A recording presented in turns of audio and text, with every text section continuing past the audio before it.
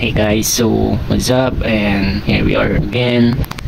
So guys, just don't forget claiming the last reward from the event.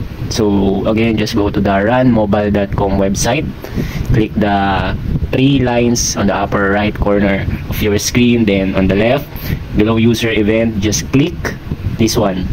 So you will see the remaining rewards here, kung ilan yung mga na attendan nyo, and this one, the last one, this one, the Halloween costume box. Alright, so just click the complete attendance, then this will go directly to your email. Okay, so let's check let's check sa account natin. Okay, no, so yun, diretso lang yun guys, na huwag nyo kalimutan.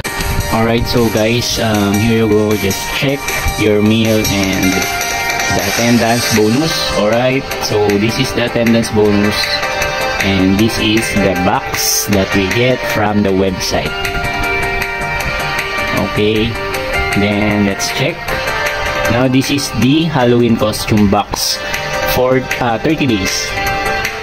Okay, so nice. This is the Halloween costume box.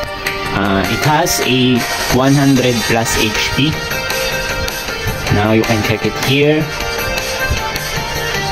You'll be able to use this one. So I'm just going to use this for now. Alright, so this is the Halloween costume box. It has a headgear, coat, pants, shoes, and gloves.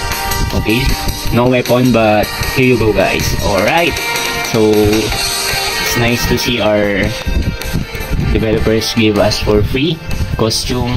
Then we can utilize this for leveling up or in Club War, because it has almost 400 plus HP when you wear this costume.